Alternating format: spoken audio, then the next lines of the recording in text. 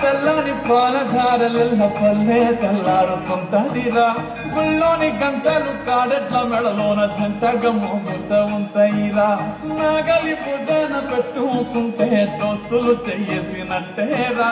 కొట్టు గోదా పక్కన ఉంటే కొండంత బలగం ఉన్నట్టురా చల్లగాలి మోసుకొచ్చెరా సేను శిలకల ముచ్చట్లు దారి పొడుగు చెట్ల కొమ్మలా రాలుతున్న పూల సప్పట్లు గట్టి మోపలు కాల్వ గట్టులు చెమట సుక్కల్లో తడిసిన ఈ మట్టి గంధాలు